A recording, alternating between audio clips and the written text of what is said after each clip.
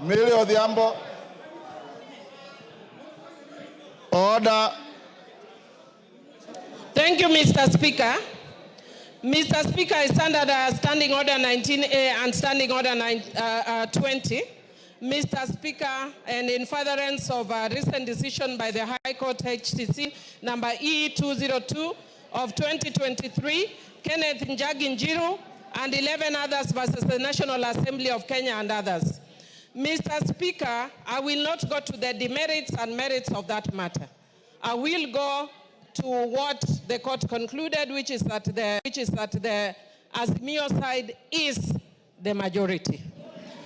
And based on that, Mr. Speaker, again, because I've said I'm not going to the merits and demerits of that decision, Mr. Speaker, I want to just indicate that I have therefore, as the majority party whip of Azimio, today handed over to your office a copy of that decision of the High Court with a letter that we are giving you according to the standing orders, our majority leader as Honorable Junet Mohammed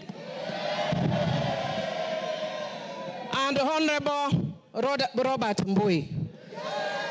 Mr. Speaker, following the standing orders, Honorable Junet will thereafter then communicate me officially as the minority whip going by what the standing orders, but a majority whip. Majority. Mr. Speaker, I also stand under Standing Order 90 and had actually consulted you about this. And Mr. Speaker, if you look at the judgment of that court, the court actually infer that because of the position you hold as Speaker and also as Chairman of your party, Mr. Speaker, it is not as party leader of your party. Mr. Speaker, it is not possible for you, to be fair, you are going to be conflicted when you are conducting the matters of this House.